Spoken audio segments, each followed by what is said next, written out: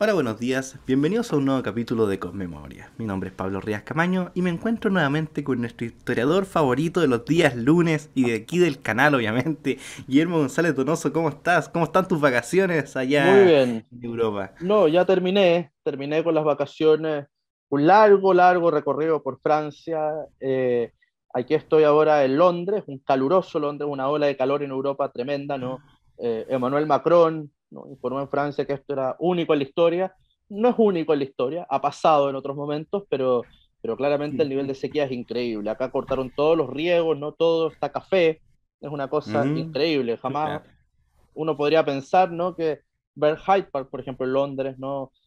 Café el pasto, ¿no? Una cosa que... Porque aquí siempre hay una lluvia, incluso en verano, ¿no? Algo de agua cae.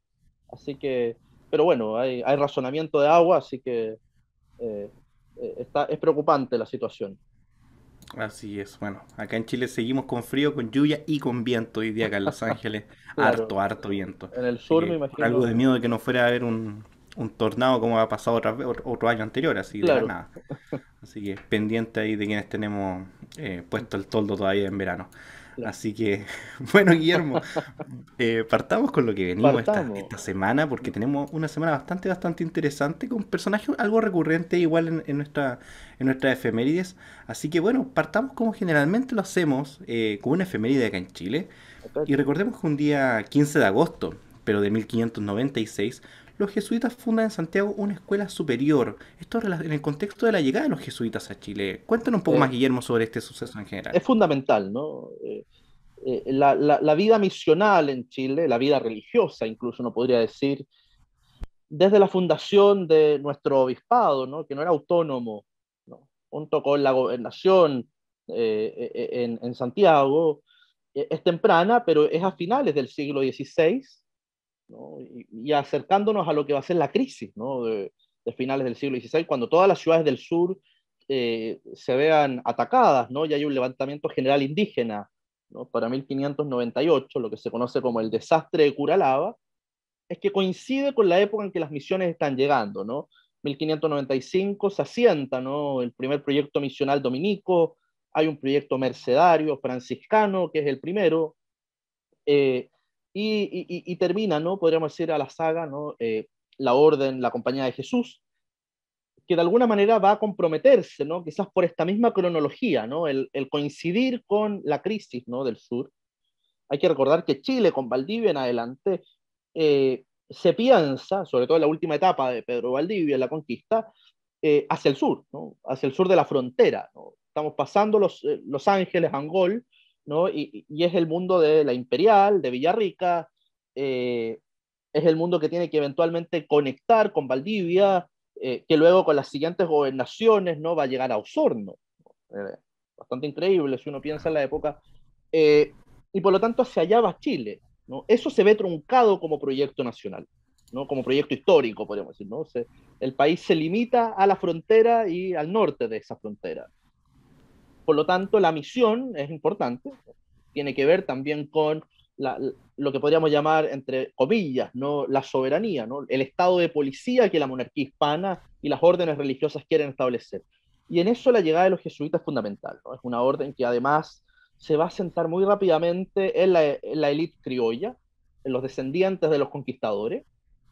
Pensemos simplemente en la primera mitad del siglo XVII, que es la imagen que mostramos, ¿no? El colegio máximo de la compañía, que estaba hoy día en lo que es la calle Bandera, ¿no?, hoy día donde está el ex Congreso Nacional, Claro. eh, era el edificio icónico de Santiago, el más importante, ¿no?, mucho más que la catedral que no va a tener torres hasta el siglo XIX, perdón, campanario, ¿no?, ni una cúpula como tiene hoy día, ¿no?, eh, en lo que es la parte, la cruz basilical. Eh, y por lo tanto, el mundo, el solar de la compañía es fundamental para la vida social santiaguina, ¿no? Es el elemento civilizador, ¿no? Y cuando Alonso do Valle, que es el que hace esta imagen que nosotros vemos, escribe Ujú. para los italianos, ¿no? Escribe para los europeos, ¿no?, para Roma, su historia, ¿no?, y la relación histórica, ¿no?, de Chile que hemos hablado anteriormente, eh, muestra a Santiago mostrando el colegio máximo. Esto tiene que ver porque el colegio máximo permite el proyecto nacional de ir al sur, a la frontera, a evangelizar, proyecto que va a fracasar estrepitosamente, ¿no? En algún momento con el martirio de Licura, ¿no? Que es cuando se mata, ¿no? En la región de Lumaco, ¿no? Y en esa zona se mata, ¿no? A los misioneros que habían entrado en la frontera. Ese es un problema, pero también va a presentar un proyecto a la élite criolla, ¿no? Un proyecto educacional. El mismo Alonso do Valle es hijo de un criollo, de un conquistador, ¿no? Pertenece a un clan, ¿no? De conquistadores, y por lo tanto la compañía va a estar muy, muy asentada en la cultura nacional. Luego va a tener mucha influencia en la vida política nacional, la vida social, la vida cultural, hasta Así su es. expulsión, ¿no? Luego de la expulsión, ¿no? La relación entre el Estado de Chile, ¿no? La llegada de los jesuitas y la importancia de la compañía, pensemos que la iglesia de la compañía se termina incendiando ese solar, ¿no? Y para la década de los 60 se construye el ex Congreso Nacional ahí, pero la década de los 60 del siglo XIX, quiero decir, pero de alguna manera el poder estaba simbolizado en la ciudad con el Colegio Máximo. El Colegio Máximo siguiendo la imagen de Roma, ¿no? Donde estaba el general de la compañía y donde se decidían las grandes misiones que estaban desde Castro hasta China, ¿no? De alguna manera era el mundo entero y Mm. Chile entraba, ¿no? En ese proyecto misional global, universal, ¿no? También es parte de cómo el imperio español practica, ¿no? Esta universalidad. En Chile va a ser parte de eso naturalmente y para nosotros va a ser quizás el primer esfuerzo civilizador, independiente de la relación después que la compañía va a tomar con la élite criolla, luego con el Estado chileno eh, y luego hoy día podríamos decir con la sociabilidad chilena, ¿no? Claramente son un elemento importante en el espacio público los jesuitas, a veces son un elemento poco grato, ¿no? En el espacio público para algún grupo, Claro. eh, pero la larga historia, ¿no? De unión con el poder, con la política, con la cultura, es de larga data en el país, ¿no? Y por lo tanto, tenemos una historia compleja con ellos. Quiero hacer ese punto, ¿no? Así es, bueno, más de 400 años presente en el territorio. Así que Es hay más harta antiguo que la historia. República, podemos decirlo así. Así es. Guillermo, hablando de república, mira tú, recordamos igual un día lunes, digo, de este 15 de agosto, Sí. eh, pero de 1769, el nacimiento de Napoleón Bonaparte, este líder militar, emperador, y que bueno, para algunos fue un dolor de cabeza en Europa, para otros no tanto. Estamos hablando de una figura muy compleja, ¿no? Gran líder, ¿no? Gran estadista, gran militar, ¿no? Hijo de la revolución, revolucionario o reaccionario, dictador o republicano, Gran estratega además. estratega, ¿no? Eh, o quizás el destructor de Europa. Lo podemos ver de distintos ángulos, ¿no? Y quizás estamos pensando en los mismos hechos. Eh, es realmente no eh, el, el, momento partero de la vida moderna del mundo, ¿no? Napoleón demuestra que el mundo puede cambiar y puede cambiar rápidamente. Su historia es muy contradictoria, pertenece a una familia noble, ¿no? Corsa, es una historia fascinante, ¿no? Cómo él se forma a sí mismo. Es un hombre, es un gran individuo, ¿no? Tiene mucha autonomía, tiene mucha psicología. Eso lo han mostrado los grandes estudios de Napoleón, el mismo Napoleón, ¿no? El memorial de Santa Elena, su correspondencia, ¿no? Es una figura muy, muy compleja, pero muy moderna al mismo tiempo. Es una figura que tiene una relación muy compleja también con el poder. No es solamente un personaje También. ambicioso, no es solamente un político. Pensaba en trascender también, ¿no? Quizás se pensó como soberano de Europa, no solamente como emperador de los franceses. Es una historia compleja. Vi su nacimiento también al ser contradictorio, ¿no? Una familia noble, rural, en Córcega, ¿no? Cercana a la ciudad de Ajaccio. Eh, Italiano, ¿no? Más que francés, Francés, ¿no? claro. Antiguo, una familia con noble abolengo antiguo, ¿no? Más bien lo recordaban, pero poco se mostraba en ese momento, y termina siendo el rey de los franceses. Nace en una época de reyes, ¿no? De Versalles, ¿no? Estudia en ese mundo, se forma en ese mundo, y le toca terminar viendo la Revolución Francesa, el terror. Es muy cercano, por ejemplo, a Robespierre, era muy cercano a Agustín Robespierre, ¿no? El hermano, ¿no? Podríamos decir, el líder del momento más radical de la revolución, termina haciendo un golpe a la revolución, forma un consulado, es una especie de Julio César moderno, es una persona muy, muy compleja, es realmente fascinante, pero me gustaría quedarme con esta idea de Sí, que es el alma del mundo, ¿no? Como dijo Hegel en algún momento, ¿no? Es un espíritu andante. Él hace hacer que la historia suceda. Es realmente una cosa increíble. Eh, y por lo tanto nos tiene que importar porque es en ese proceso, ¿no? Es en el proceso de la modernidad claro. donde de alguna manera nace el político moderno, el militar moderno, el mundo moderno. Él es quizás de los que aceleró ese proceso. Eh, yo los invito, ¿no?, a leer sobre Napoleón. Ahora viene una película que espero que sea muy buena, ¿no?, protagonizada por Joaquín Phoenix. Eh, Así que es la próxima película de Phoenix, ¿no?, Cierto. donde él es protagonista.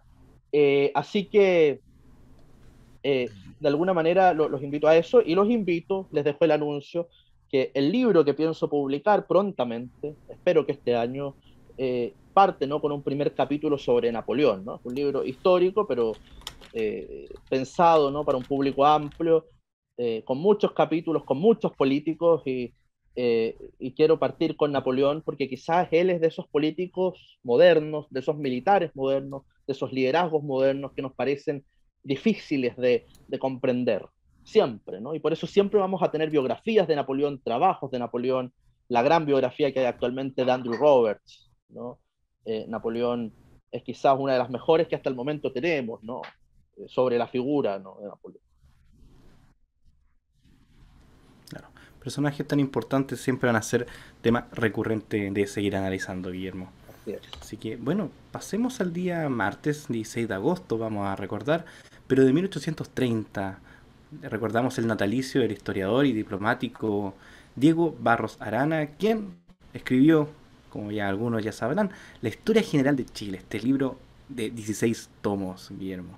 Un personaje increíble, ¿no? Es realmente nuestro historiador, ¿no? Es el hombre que logra que Chile sea un país de historiadores, ¿no? Después del trabajo encomendado por el gobierno de Chile a Claudio Gay, ¿no?, para que escriba su historia física y política de Chile, la figura de Barros Arana es realmente increíble, no solamente por lo monumental de su obra, sino por lo precisa, lo trabajada, la búsqueda de fuentes, ¿no?, lo que abrió al país, ¿no?, los estudios históricos, los inaugura de alguna manera, ¿no? Después vendrán otros, ¿no?, los hermanos Amunátegui, Benjamín Vicuña Maquena, don José Toribio Medina, ¿no? Y por lo tanto, eh, realmente, ¿no?, la figura, ¿no?, de Barros Arana para nosotros es el que convierte a la República, ¿no?, unida intrínsecamente a la historia, independiente que es una figura que nos pueda parecer simpática u odiosa en la historia de Chile, ¿no? Él fue un hombre muy político en su época, que estuvo a la vanguardia política con el liberalismo, con las revoluciones del 48 en adelante del siglo XIX. Es un hombre que también es un ejemplo de trabajo, fue un gran educador en el Instituto Nacional, luego en la Universidad de Chile, ¿no? Fue un hombre partícipe de la vida nacional, ¿no? Es realmente un, un honor, ¿no?, contar con ese nivel de historia. Eh, los invito a leer la historia porque además es muy entretenida, ¿no? Es el gran canon, es la gran muestra general de la historia de Chile. Los invito a encontrarla, está disponible online en todas partes, Memoria Chilena, la Biblioteca Nacional lo tiene liberado. Eh, Ah, excelente. Contamos además con la historia general editada, ¿no?, también en conjunto con la Biblioteca Nacional eh, y la editorial de la Universidad de Chile, nueva, ¿no?, los 16 tomos, ¿no?, bien editados, ¿no?, de manera moderna para poder leerlos. También se pueden encontrar sus versiones antiguas, son de colección realmente hoy día, sobre todo el Ujú. último tomo, el 16 de la historia general, donde está el famoso capítulo Mi conclusión, ¿no? Eh, Realmente para mí, ¿no?, fue fundamental, ¿no?, en los estudios históricos, ¿no? Siempre recuerdo el llegado al término que me propuse alcanzar cuando hace más de 20 años, ¿no?, comencé a coordinar en forma regular y cronológica el gran acopio de noticias que había reunido sobre la materia de este libro y cuando comencé, ¿no?, a escribir sus primeras páginas. Eh, Después dice, no hubo momento, no hubo día en que no escribí, alguna página, ¿no?, de esta historia. Y si me detuve fue alguna vez, en todos estos años, un par de semanas, cuando la enfermedad me tuvo postrado en cama. Eh, Esta fue una de las obras, ¿no?, que al doctor Johnson, ¿no?, de las que Samuel Johnson, ¿no?, el gran crítico literario del siglo XVIII, decía, son fruto del esfuerzo y no solamente del mero talento. Por lo tanto, también es un ejemplo, ¿no?, de trabajo, de constancia, de vocación, ¿no?, de vocación histórica. Hoy día pareciera ser que la Así es. historia, una de las cosas de las que pareciera ser es vocación. Eh, Nos falta un cierto amor por la historia. Eh, Así que los invito, por favor, realmente, además la edición actual de la Historia General de Chile, también se puede encontrar el libro, cuenta con una introducción, un trabajo, una biografía de Diego Barros Arana de Sergio Villalobos, que es muy, muy buena para comprender su historia, las discusiones también que hay sobre si es que él regaló o no regaló la Patagonia, que son estos grandes mitos que hay en la historia de Chile, eh, los conflictos con Argentina, ¿no?, y demás. Así que están invitadísimos, ¿no?, a leer la historia general de Chile. Ok, Guillermo, qué interesante. Bueno, como decía, está disponible de manera digital, así que, bueno, ahí lo pueden estar buscando. Yo, de hecho, fuera de cámara te comentaba por otra historia de Chile, Así es. pero este es 5 tomos, sí, así que es una versión más cortita. Pero mira, todas son hijas de esta primera. Eso es lo importante. Por eso digo que es el canon, es por donde hay que empezar, es por donde hay que ir. Porque todas las historias de Chile van a tener que tomar esta porque es la primera, ¿no? Mm, No solo porque es la primera, sino porque además es de gran nivel, ¿no? Es la primera que claro. pone grandes preguntas también al historiador. Así es, Guillermo. Guillermo, pasemos a esta siguiente efeméride. También continuamos el 16 de agosto, pero de 1858. Y se produce esta primera comunicación por telégrafo entre la reina Victoria y el presidente de los Estados Unidos del momento, James Buchanan. Algo tan común para nosotros como mandar un mensaje. Es increíble, ¿no? Es una historia de trabajo de la técnica, ¿no? El trabajo, ¿no?, del código Morse, ¿no? Y esta historia que nos parece tan alejada, ¿no?, de estos pitidos, ¿no?, caligrafiados, pero realmente es un hecho histórico, o sea, cambia radicalmente, une, ¿no?, las dos caras del Atlántico, los dos focos civilizatorios en el siglo XIX, podríamos también decir. Eh, es un hecho fundamental que por lo demás también, no por nada el poder, ¿no?, la monarquía británica y el gobierno de los Estados Unidos lo toma como un hecho fundamental a restituir como parte, ¿no?, de un avance en la humanidad. Hoy día los gobiernos no hacen eso con la aparición de un nuevo iPhone, porque claramente ya apareció el primero y por lo tanto tenemos una cierta continuidad. Eh, Aquí hay algo realmente rupturista, ¿no? Cambia eso. Imagínate lo que habría sido lograr tener un mensaje del otro lado del Atlántico, ¿no?, en poco tiempo. Es realmente una cosa realmente increíble. Después el cableado, por ejemplo, que tenía que cruzar el Atlántico, fue Todo el todo un Atlántico. proyecto ingenieril, ¿no? Y ahí tú podrás mucho que decir. Imagínate el trabajo que fue ir lanzando, ¿no?, esta sonda, el barco con el que había que contar para llevar los rollos de cableado. Fue una cosa increíble. Ahí aparece la figura del ingeniero Brunel, Isambard Kingdom Brunel, ¿no?, que es el gran ingeniero del siglo XIX. Él quizás encarna la revolución industrial. Aquí les vamos a compartir, por favor, vean en la descripción Excelente. el video de la revolución industrial que tenemos en la red cultural, porque realmente es una muy buena introducción a todos estos personajes, cómo empezar a comprenderlos en un proceso más amplio. Brunel, por ejemplo, es de esos hombres que cambia la historia, porque él va pensando, dice, bueno, tenemos esta cantidad de cableado, no contamos con los barcos para transportarlos todos. Bueno, tenemos que pensar entonces ahora cómo hacerlo. Y por lo tanto es un hombre muy ambicioso, ¿no?, que dice, bueno, tenemos que poner la Bueno, técnica, en su época el acero, ¿no?, casi a andar, ¿no?, las fundiciones, ¿no?, a trabajar, porque tenemos que crear una mega industria, ¿no?, que sea capaz de conectar el mundo con cables, ¿no? Él lo pensaba así. Y no estaba tan lejos de la realidad. Estaría sorprendido hoy día con las torres de alta contención. Así que sí.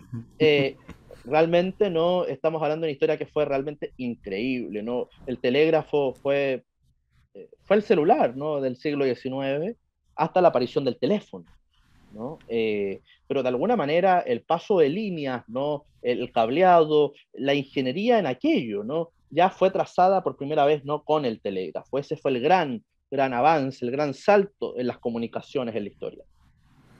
Así es, Guillermo. Pasamos al 17 de agosto y volvemos nuevamente a Chile. Y vamos a recordar, pero en 1910, el fallecimiento a la edad de 62 años, Guillermo, en la ciudad alemana de Bremen, el abogado y presidente de Chile desde el año 1906 hasta obviamente la fecha de su fallecimiento, Pedro Montt Montt. Bueno, una figura realmente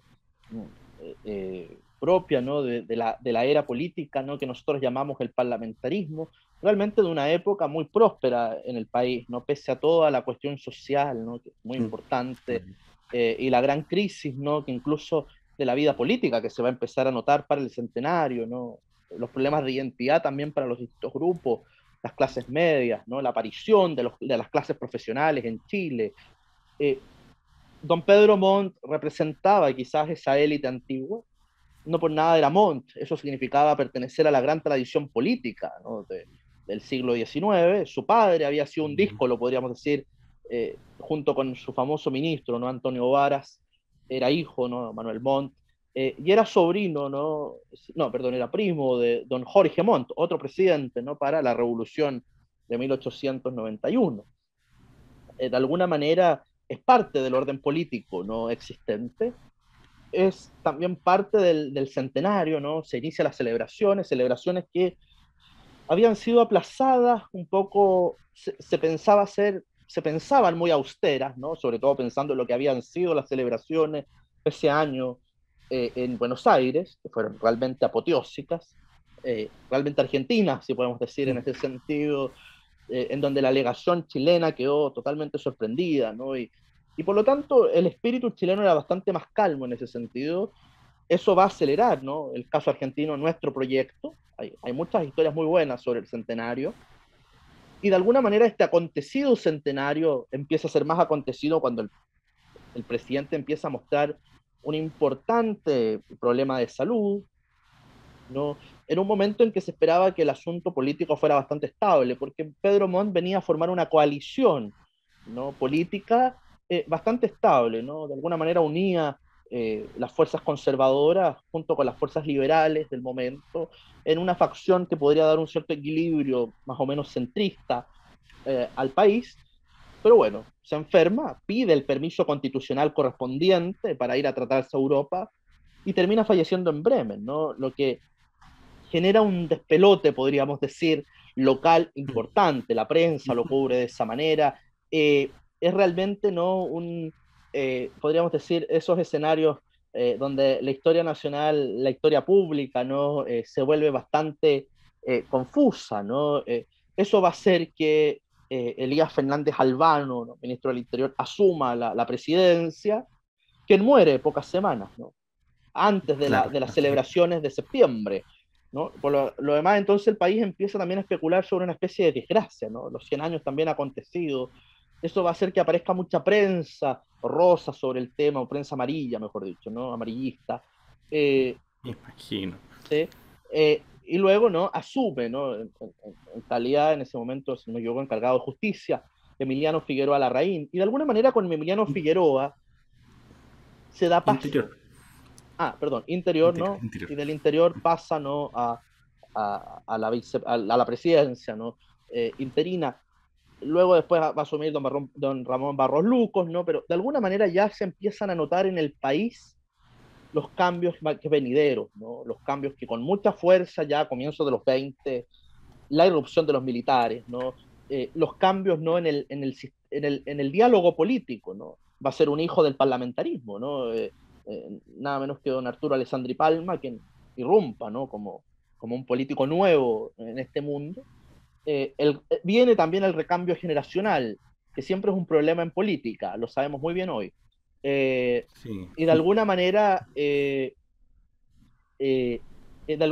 se empiezan a acelerar ciertos procesos que están sumergidos en la sociedad chilena, ¿no? Están todavía, pero que se empiezan a conversar en el espacio público.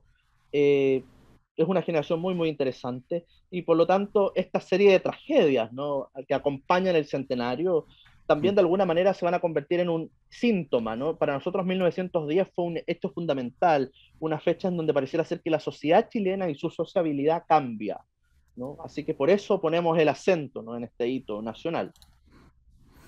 Así es, Guillermo. Hablando de hito nacional, pasamos al, bueno, quedamos el 17 de agosto, pero de 1834, y vamos a recordar la llegada a la zona de la Campana por parte de Charles Darwin, que de hecho hemos hablado de él hace un par de semanas. Recordamos su llegada a Chile, A Chile, ahora ¿no? hablamos de su llegada a la zona de la Campana. Porque bueno, hizo grandes descripciones, ¿no? De esa región, de la quinta región, de lo que es el microclima, ¿no? Hoy día el Parque Nacional La Campana, tan importante, si no me equivoco, está en el billete de 5.000 pesos. ¿No? Es realmente increíble, ¿no? La palma chilena, ¿no? Eh, es una flora costera increíble, ¿no? Muy riquísima. Y realmente la importancia, ¿no? De la que siempre hemos venido hablando, entre la ciencia, el conocimiento científico, naturalista, con la formación también de una identidad local, la república. Para nosotros la naturaleza es fundamental en la formación de nuestra identidad. Cuando uno explica lo Así que es es. Chile, aparece naturaleza, ¿no? Aparece conocimiento de esa naturaleza, aparecen mapas, aparecen cartografías, ¿no? Aparecen geografías, ¿no? Aparece esta idea tan antigua que es largo y angosto, ¿no? Y por lo tanto son hombres de la talla de nada menos que Darwin, ¿no? En su viaje tan joven, ¿no? En el Beagle, en la expedición Fitzroy, donde de alguna manera se da cuenta de aquello, su paso por Valparaíso. Además hay que leer a Darwin, ¿no? Hay grandes antologías, grandes textos también sobre sus viajes, el viaje del Beagle, sus comentarios, ¿no? Son textos muy amplios, son libros de viajes en realidad. Pero como digo, hay que tomar a Darwin como parte de nuestra historia nacional. Hay grandes historiadores de la ciencia y el conocimiento que han tratado estos temas, hay grandes trabajos, ¿no? Rafael Sagredo, por ejemplo, sobre la ciencia y la formación de la República, ¿no? Donde Darwin es central, ¿no? Así que realmente ¿no? Los invito a leer las descripciones de Darwin sobre Chile porque uno se siente ciertamente interpelado, ¿no? Habla de la sociedad, habla de los tipos humanos, habla de cosas fascinantes como un país de terremotos. A veces a uno se le olvida que uno vive en un país donde el mundo se pierde porque se cae, ¿no? Nosotros no tenemos grandes historias no materiales porque se nos caen las casas, ¿no? Y de alguna manera eso a Darwin le fascina. Cuando vive el terremoto de Concepción y siente temblar Claro. la tierra, a los ingleses no se les caen las cosas y tienen cosas desde el 1200 porque nosotros tenemos que tener la conciencia de tener una historia donde la naturaleza nos informa constantemente que está ahí, ¿no? Los Andes son Así es. como una cosa que está ahí, ¿no? Y que se nos impone. Eh, de alguna manera es muy bueno mirar la patria desde los ojos de estos viajeros. Te hace recordar ciertas cosas. Bueno, Exacto. tenemos terremotos, tsunamis, tenemos erupciones volcánicas. Claro, Bueno, ¿no? Y lo fascinante es hay cómo de eso todo. influye en el tipo humano, que es el chileno, ¿no? Esta cosa de que quizás siempre refundamos todo, hacemos todo de nuevo, pero como en alguna vez leí en algún libro, las casas de adobe que se reconstruían siempre eran las mismas, ¿no? Nadie hizo nada nuevo después de que se le caían las casas. Eso tiene mucho que ver con nuestra historia también, ¿no? Esta idea de que al ser un país chico, quizá siempre pensamos que estamos cambiándolo todo, ¿no? Pero más bien la historia nos demuestra que no innovamos Ajá. tanto en algunas Claro. cosas. En otras sí, pero bueno, ahí hay que entrar a moderar eso, ¿no? Tiene mucho que ver con cómo pensamos en Chile a veces, nuestro mundo. Así es, Guillermo. Guillermo, ahora nos vamos a otro mundo, nos vamos a otra época. Porque un 18 de agosto, pero de 1227, fallece Genghis Khan. El gran Genghis Khan, el fundador del primer imperio mongol.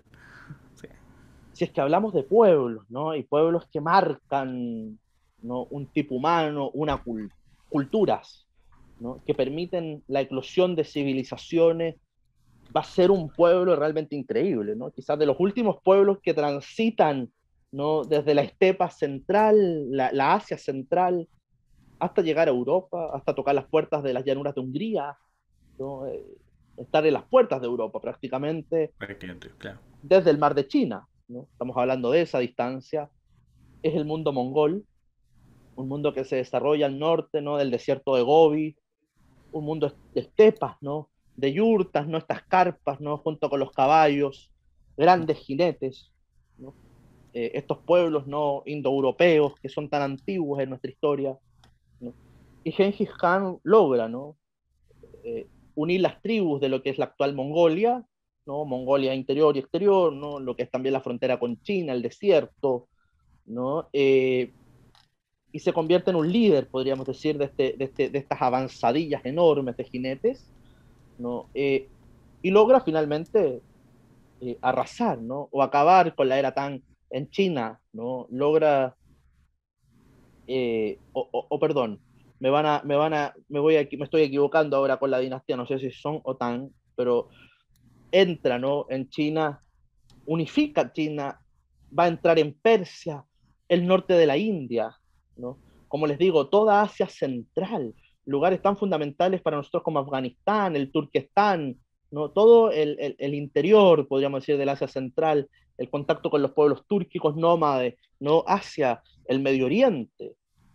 Es una figura realmente increíble, como digo, va a estar en las puertas de Rusia y de Moscú y de Hungría. Eh, es una figura que logra unir el imperio, ¿no? Por extensión territorial, ¿no? Unida, ¿no? En el territorio más amplio, ¿no? De la historia. Tiene que ver con estos pueblos que cabalgan y que son nómades, que avanzan mucho, ¿no? Es un pueblo que también va a condicionar la relación de Occidente con Oriente. No por nada Marco Polo a finales de la Edad Media hablaba del Gran Khan, ¿no? Él está hablando de la época del nieto de Genghis Khan, Kublai Khan, ¿no? No sabemos muy bien, ¿no? El origen, ni Sí, siquiera sabemos dónde está claro. enterrado Genghis Khan, porque al ser un pueblo nómade y además un pueblo que se va a asinizar mucho, no se va a convertir en un pueblo muy chino, ¿no? Sobre todo con el nieto de Genghis Khan, que va a tener este conflicto en, bueno, ¿cuál es la capital? ¿Beijing o Karakorum, ¿no? En Mongolia. ¿Somos un pueblo de jinetes o somos un pueblo sofisticado como era la China, ¿no? Dinástica, ¿no? Que había hacia el sur? Ese problema identitario se va a ir dando, un pueblo que tiene muchas culturas, ¿no? El mundo persa, el mundo indio, eh, y por lo tanto también es una gran era porque marca, como digo, lo que nosotros conocemos como la ruta de la seda, ¿no? En los mercados europeos que se abren hacia Oriente, ¿no? El contacto con ese mundo, ¿no? Está marcado por el mundo mongol, ¿no? Es fundamental, como les digo, en nuestra historia universal. Hay grandes textos sobre el tema, grandes biografías de Genghis Khan, Chingis Khan, ¿no? Como posiblemente fue la fonética en Mongolia. Eh, Ah, interesante. una figura realmente que va a entrar en la historia por medio de China, ¿no? Y los pueblos de Asia Central. Es una figura también fundamental para comprender toda esta etapa de la humanidad, por lo menos hasta la era moderna con Occidente. Recordemos que van a ser descendientes, ¿no? Del mundo de Genghis Khan, como Tamerlán, por ejemplo, los últimos bastiones, ¿no? De irrupción asiática en Europa, ¿no?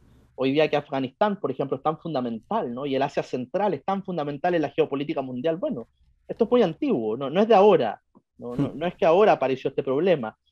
Bueno, es muy antiguo, quiero decir, y realmente es una historia, pero realmente fascinante. Hay un libro, por ejemplo, me gusta mucho, de un escritor, John Darwin, que se llama After Tamerlane, ¿no? Después de Tamerlán, de alguna manera, ¿qué pasa después del mundo que han configurado los mongoles y todos sus herederos, ¿no? Quizás ahí él dice, viene el momento de Occidente, porque realmente se nos acabó este gran azote de los pueblos, ¿no? Que fue Genghis Khan, porque realmente avanzó y conquistó de una manera increíble. Es una historia realmente fascinante. Algo de eso ustedes pueden ver en la serie Marco Polo de Netflix, por ejemplo, ahí cuando él se encuentra con el nieto de Genghis Khan, ¿no? Kublai Khan, ¿no? Hay un juego ahora, por ejemplo, en PlayStation, ¿no? Ghost of Tsushima, que tiene que ver con las últimas conquistas, por ejemplo, mongolas hacia la isla de Japón, que no se invadió por los mongoles. Mm, Por ejemplo, uno de los límites que encontró. Así que es parte, ¿no? De nuestra cultura, es parte también de cómo vamos comprendiendo este mundo que es más global, donde el Oriente Extremo y el Asia Central son fundamentales en nuestra historia. sí. Estaba revisando un dato que me había comentado un amigo alguna vez, era el tema de la descendencia por parte de Genghis Khan, Ah, bueno, que era bastante abultada y exacto. documentada de manera oficial. Ahí tiene ciertos hijos de manera oficial con diferentes mujeres, pero me hablaba sobre que había un porcentaje de quienes estuvieron en el imperio que pudieron haber sido Así descendientes de, es. de Genghis Khan, porque parece que le gustaba divertirse mucho. además, ¿no? Y además que la descendencia de él va a seguir con las mismas prácticas y además no hay una unidad, podríamos decir, cultural de este pueblo nómade, ¿no? Solamente donde Claro. se asiente, como en China o como el norte de la India, se van a dar dinastías específicas, eh, pero claro, hoy día entiendo que es un porcentaje de la población centroasiática de una manera realmente increíble, ¿no? Que descendería de Gengis Khan. Eh, eh, es una historia mucho más global, por lo tanto, ¿no? Quizás a nuestro Claro. estándar actual de lo que nos podríamos imaginar. Es difícil situarlo en una cultura específica. Bueno, Guillermo, pasemos al 19 de agosto, pero de 1662, y vamos a recordar el fallecimiento del matemático físico y filósofo cristiano, además, Blaise Pascal. Pascal, bueno, recordamos la esfera de Pascal, ¿no? Gran matemático, muy de la época, podríamos decir, la época cartesiana, ¿no? Descartes, el racionalismo en Francia, teólogo cristiano, ¿no? Un gran pensador de la religión, de la espiritualidad. Es una figura que le tengo bastante aprecio, incluso personal, ¿no? Ayuda a meditar, ¿no? A pensar intelectualmente estos asuntos a veces más complejos. Eh, es una figura que, bueno, aparte de matemático, ¿no? Casi místico en ese tema, ¿no? Algunos ha fascinado, pienso en Borges, por ejemplo, tiene cuentos dedicados al tema de la esfera de Pascal. Fue un gran pensador de la fe. Es un hombre que vive las guerras de religión, o lo que es la consecuencia de ese mundo, más bien dicho. Es un hombre que vive la violencia de la intolerancia en Francia. Es un cristiano que quiere de alguna manera reformar el catolicismo desde adentro. Se va a acercar mucho al jansenismo, a las ideas agustinianas, sobre todo, ¿no? Un elemento que estaba muy fuerte en la Reforma, San Agustín. ¿No? San Ah, Agustín como claro. padre, ¿no? Intelectual de la iglesia, ¿no? De alguna manera Pascal también lo ve con esos ojos, ¿no? Y termina acercándose mucho a lo que son las tesis de Cornelio Hansen, ¿no? Y lo que va a ser este movimiento reformista en Francia. Es una figura, ¿no? Que muestra también ese confuso siglo XVII francés. Yo los invito a leer sus escritos teológicos, ¿no? Es una serie de pensamientos, máximas, ensayos, ¿no? Hay de todo, ¿no? Donde encontramos también esta conciencia compleja, ¿no? De este francés, ¿no? Podríamos decir, porque la Iglesia Católica Francesa siempre tuvo características particulares, ¿no? Las guerras de religión, ¿no? Y los movimientos intelectuales al interior de la Iglesia gala marcaron también una cierta fe particular. Pascal es parte de esa tradición, ¿no? Así que es una figura realmente loable, ejemplo también de tolerancia en muchas materias, muy moderno en otras, muy individuo, ¿no? Así que es una figura que los invito a conocerla. Así es. Y a los que tuvimos física alguna vez en la universidad o en el colegio lo conocemos bastante bien y pasamos más de alguna rabia con él. Exacto, ¿no? Especialmente con el tema de la presión hidrostática. Así que, bueno, Guillermo, entrando en el fin de semana, y hablamos de Napoleón en algún momento, y varias veces en esta semana y hoy día en este capítulo especialmente, y vamos a venir acá a Chile, porque vamos a recordar que un 20 de agosto de 1778 nace Don Bernardo Higgins Riquelme, para algunos, padre de la patria de Chile, obviamente. Bueno, es una figura, eh, podríamos decir, indiscutiblemente, ¿no? Fundamental, ¿no? Fundamental, ¿no? En nuestra historia, ¿no? Es realmente el que da camino, no solamente por la guerra y la derrota definitiva, ¿no? Del Imperio Español en el territorio, ¿no? Por lo menos en el territorio central de Chile, sino también da una continuidad institucional al país, ¿no? Eso también es fundamental, ¿no? Es decir, es una figura que hasta el año 23 del siglo XIX se va a consagrar, ¿no? Como esta gran figura. Muchos lo ven por su lado militar. No fue un militar dentro de todos los que habían, ¿no? Si ese es el caso, ¿no? Carrera era el militar de profesión, ¿no? Claro. El abogado era Rodríguez, ¿no? O'Higgins, ¿no? Podríamos decir, es el intelectual en su juventud, un hombre que, bueno, tiene un Recibió muy grandes, buena educación. Eso, claro, en Londres nada menos, con muchas tribulaciones personales, ¿no? Hay que recordar que nace como Bernardo Riquelme, ¿no? Hijo, ¿no? De Isabel Riquelme, y el gobernador, un gran gobernador de finales de la época borbónica en Chile, don Ambrosio Higgins, ¿no? El gran reformador, y luego virrey del Perú, una figura que también en ese estado de legitimidad en la sociedad chilena lo va a convertir en una especie de figura particular, además de este nombre irlandés tan evidente, ¿no? Y sus rasgos, ¿no? Pero Sí, además colorado podrían, le decía. exacto, ¿no? Pero también una figura que, bueno, ¿no? Alguna vez los carreras se van a referir a él, también pensando en don Juan Maquena, ¿no? Con ese ímpetu irlandés, ¿no? Esa actitud, ¿no? Guerrera, podríamos decir ciertamente foral, ¿no? De los irlandeses. Algo de eso había una cierta rebeldía inicial, ¿no? Una rebeldía que siempre va a tener con respecto a la élite o a lo que son los grupos de poder, ¿no? Más institucionalizados, ¿no? Dentro de este grupo que se había consagrado a lo largo del siglo XVIII y XIX, comienzo del XIX en Chile, ¿no? Que son de alguna manera los grandes gestores, ¿no? Materiales de la República. Es una Así es. figura que en ese sentido va a ser bastante ponderada en su comienzo, va a mantener un cierto equilibrio político, ¿no? Hay algo de polémica, va a ser también un gran reformador como su padre, ¿no? En educación, ¿no? En obras públicas, en lo que es también la institucionalidad primaria de la República. Es un hombre que personalmente resulta en el plano público, podríamos decir, muy loable, ¿no? Quizás de los más. Quizás por eso también tiene esa cara de padre de la patria, ¿no? Porque es realmente una figura que en él existe un cierto sentido del sacrificio, una persona que muy rápidamente renuncia a los bienes personales. Él había llegado a Chile después de una larga estadía fuera, de difícil circunstancia, ¿no? Los invito a ver el video que vamos a compartir donde en la red cultural, ¿no? Fuimos a la casa de O'Higgins en Londres, ¿no? A Richmond, Así es. ¿no? Y la van a poder ver. Una figura que además tiene esos episodios fundamentales en su vida, va a sufrir mucho, ¿no? De soledad, ¿no? Eh, de alguna manera es una figura compleja psicológicamente, pero que cuando llegue a Chile, ¿no? Y tenga la posibilidad de tener una vida holgada, tranquila, en la hacienda Las Canteras, bien al sur, en Chillán, ¿no? Tener Al, preocupaciones de... al, al norte para mí. Ah, bueno, sí. Bueno, y un poco alejarse, ¿no? Del problema público, lo va a tomar con mucha fuerza, con mucha desilusión en algún momento y luego con bastante ánimo. Y finalmente, una figura que incluso va a estar dispuesta a retroceder en momentos claves, ¿no? Que quizás nunca obtuvo nunca va a ser gran riqueza personal, ¿no?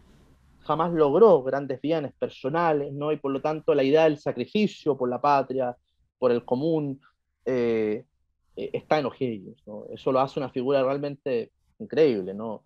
Quizás algo de esto muy bien escrito está en la biografía de Jaime Izaguirre, ¿no? De O'Higgins. Eh, es una figura que lo convierte en polémico por muchas situaciones, ¿no? Pensemos, ¿no? En los Carreras, pero pensemos directamente en el Rodríguez, pensemos en el autoritarismo, ¿no? El director supremo, pensemos, ¿no? En los conflictos con las provincias, pero también debemos pensar, ¿no? En la mirada geoestratégica, ¿no? De la época y en el tipo moral, ¿no? En el plano público que fue O'Higgins, ¿no? Realmente es loable, ¿no? Tiene poco de tirano, quizás tiene poco de demócrata también, pero tiene poco de caudillo, ¿no? Tiene poco de voluntarioso, tiene poco de ser una figura ambiciosa porque sí solamente, ¿no? Es realmente una figura en ese sentido interesante de rescatar.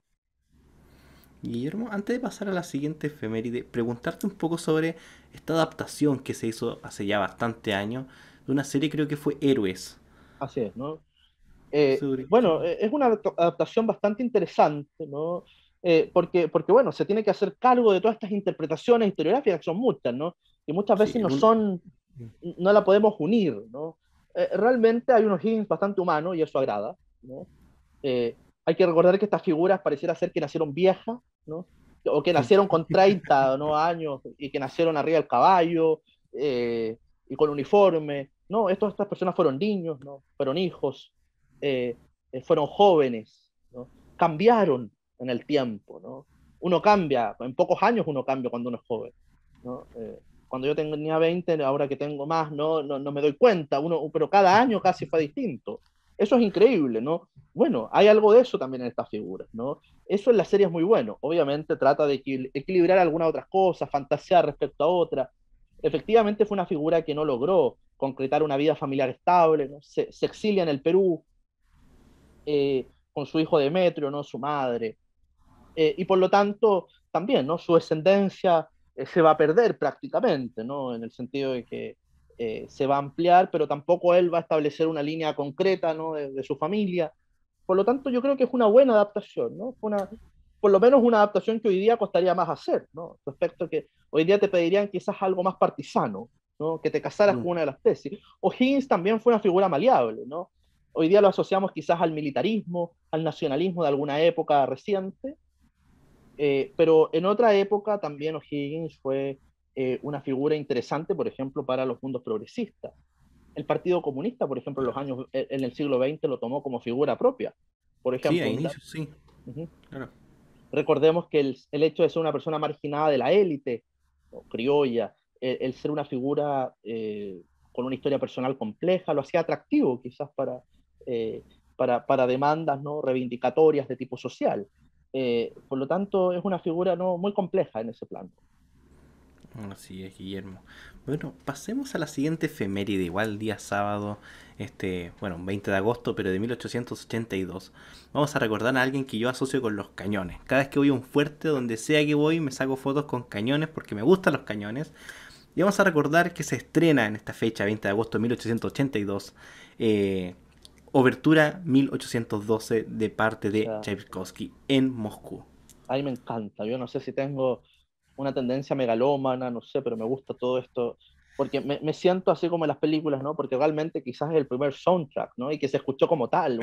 Uno quería soñar con las Sí. escenas, ¿no? Que esto te va narrando, porque es realmente un cuento, ¿no? Podríamos decir de 20 minutos, ¿no? Esta obertura. Eh, que parte con esta cantata rusa, ¿no? Este coro ortodoxo. Hay que pensar que esto se inauguró en la iglesia del Cristo Salvador, en Moscú, En Moscú, sí. a finales del siglo XIX, donde la crisis, podríamos decir, entre el mundo ruso ortodoxo tradicional y el mundo europeo moderno, que es la gran lucha de Rusia histórica, ¿no? Si podríamos definir la filosofía de la historia rusa, ¿no? Es entre ser una Rusia eslava o una Rusia occidental, ¿no? Es el gran conflicto, ¿no? Por eso tenemos una ciudad tan antigua como Moscú, con el Kremlin, ¿no? Ese Moscú de madera, ¿no? Que Napoleón, en la época napoleónica, se incendió, ¿no? Versus San Petersburgo, que es una especie de París, pero a escala por 100, ¿no? Donde todo, de alguna manera, es una forma de los rusos decir, no somos rusos, no somos otra cosa. Eh, es complejo, ¿no? Porque el alma rusa siempre está ahí, lo que los escritores llamaban el alma rusa. Y realmente el hecho histórico ruso para la gran historia moderna de Rusia era la guerra napoleónica, 1812, de ahí la obertura de Tchaikovsky. Que pensemos esto, lo estaba presentando para el zarismo, un zarismo que estaba en estas luchas identitarias, pero que de alguna manera se va a convertir en una épica universal, ¿no? Que esto va a fascinar en Estados Unidos, por ejemplo, y la obertura no por nada es parte de las grandes ceremoniales políticos norteamericanos hasta el día de hoy, europeos, ¿no? En grandes teatros se presentó la obertura. Tchaikovsky agarra, ¿no? Cierta universalidad en vida, y la obertura es el ataque napoleónico a Rusia, esta irrupción rápida desde los campos de Smolensk, ¿no? Hacia el interior, el incendio de Moscú, ¿no? Esta tragedia histórica. Si podríamos decir luego de esto, el único gran hecho que articula la historia rusa es la gran guerra patriótica. Y no por nada Stalin era un fanático de Tchaikovsky. Y por algo va a pensar en esta campaña con Alemania, ¿no? Y en ser finalmente los vencedores del fascismo europeo, ¿no?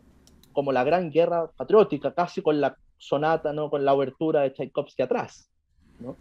Porque es en la gran lucha, ¿no? Rusa por el mundo, ¿no? Es una historia realmente épica, ¿no? Que casi nos supera en el horizonte mental que tenemos los occidentales. Esto es muy ruso también.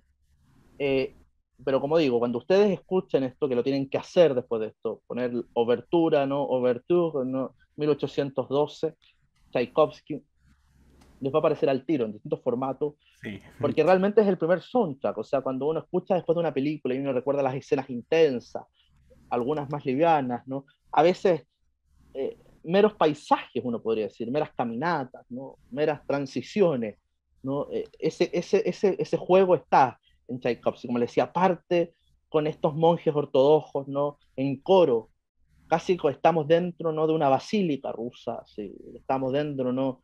Dentro de esto, frente a los íconos, y de repente el ataque, ¿no? Y por lo tanto el desorden. Luego el desorden, el repliegue, la guerra, la organización, la marsellesa está en algún momento, varias veces, ¿no? Las glorias de Napoleón se cantan también, ¿no? Luego el gran momento ruso, ¿no? Ese gran momento que quizás en la música Tchaikovsky encarna, pero en la literatura es Tolstoy, Guerra y Paz. ¿Y quién encarna esos valores, no? El general Kutuzov, ¿no? El padre, podríamos decir, de Rusia, ¿no? Llevándola en andas, ¿no? Hacia Occidente, ¿no? De alguna manera haciendo avanzar las tropas rusas hacia Europa. Es realmente una épica increíble. En ese sentido, cuando digo es el primer soundtrack, ¿no? Quiero decir también es el primer formato moderno, porque esto fascinó, ¿no? Se vendió en todas partes, ¿no? De alguna manera se presentó, era quizás el primer momento en que un músico docto ruso presentaba en Nueva York, por ejemplo. Así es. Eh, Y dirigida por el mismo, de hecho. sí, y de alguna manera eso significaba que había un mercado también abierto a esto, un mercado que no se identificaba quizás directamente con la cultura rusa y con Occidente y con el eslavismo, pero claramente la guerra, la experiencia, diríamos hoy día, ¿no? Los Mm. que ven las películas de Nolan argumentan eso, ¿no? Ups, ups, me llegó. Y bueno, ¿no? Hay algo de eso, ¿no? Y por eso es un gran paso, ¿no? Así que pega después del video, ¿no? ¿No? La Mira, obertura 1812 de Tchaikovsky. sí. Y ustedes la han escuchado, además, ¿no? Han escuchado los cañonazos, han escuchado ese momento increíble, así que... Yo me acabo de acordar de una escena, Guillermo, de V de Vendetta, Ah, cuando explota el sí, Parlamento británico y claro, suena una sección de obertura. Así obviamente, que, ¿no? Guillermo, pasamos entonces al día domingo, terminando ya la semana. Vamos a recordar 21 de agosto, pero de 1165. Nace Felipe II de Francia, conocido como Felipe Augusto. Es el primer gran rey de la dinastía Capeto. Es realmente fundamental. Ustedes me dirán, bueno, ¿por qué irnos al año 1100? ¿No? O sea, ¿por qué irnos al siglo XII? ¿No? 12 y 13, ¿no? ¿Por qué irnos a una época en donde todo, bueno, habían castillos, habían feudos, el rey de Francia era dueño de París y un poco más alrededor?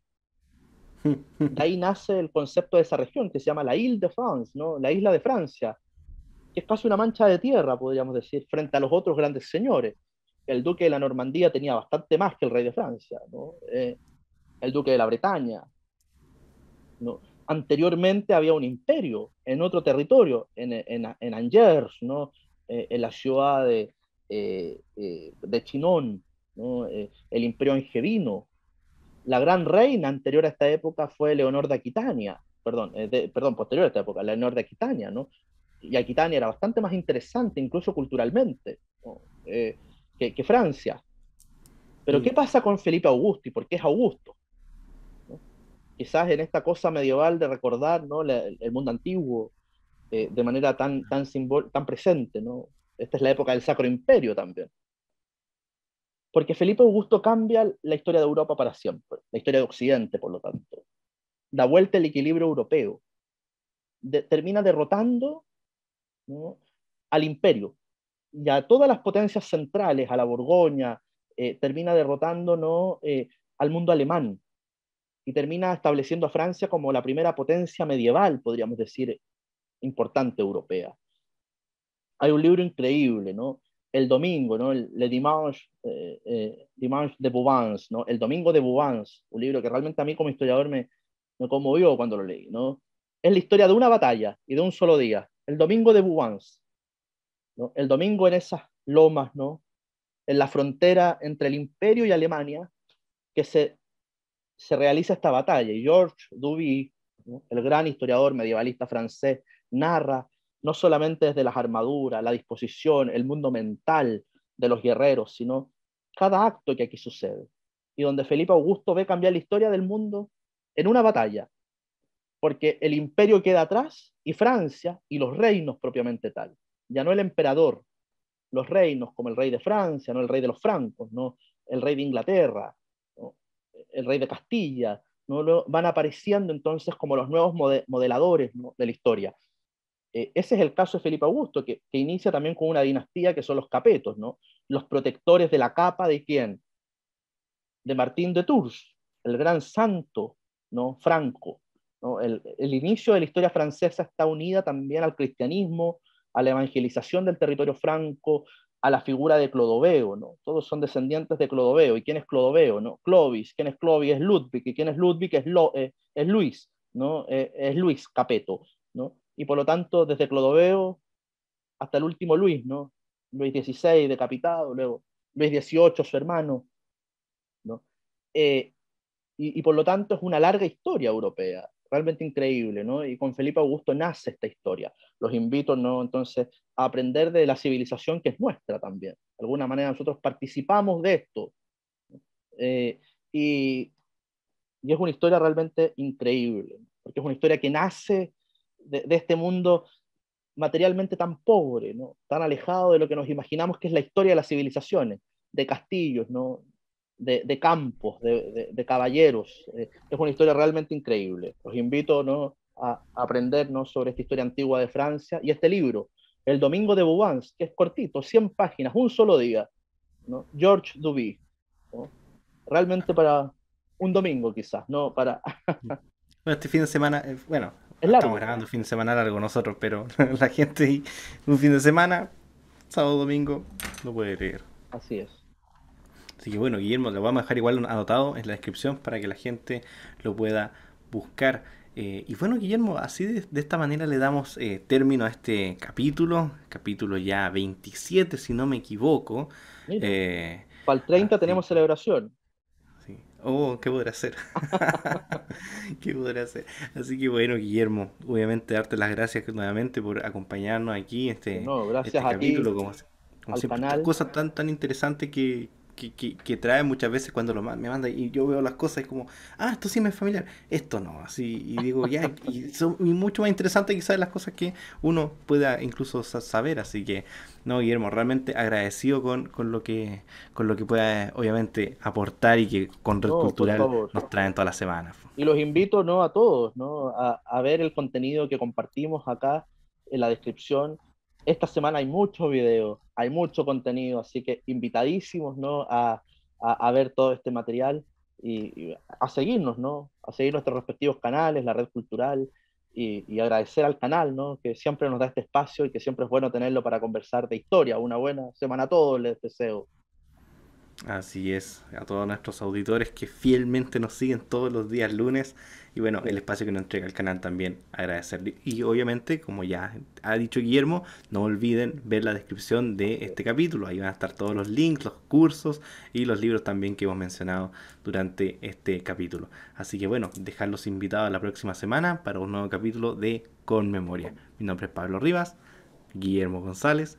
Muchísimas gracias. Hasta pronto. Hasta pronto.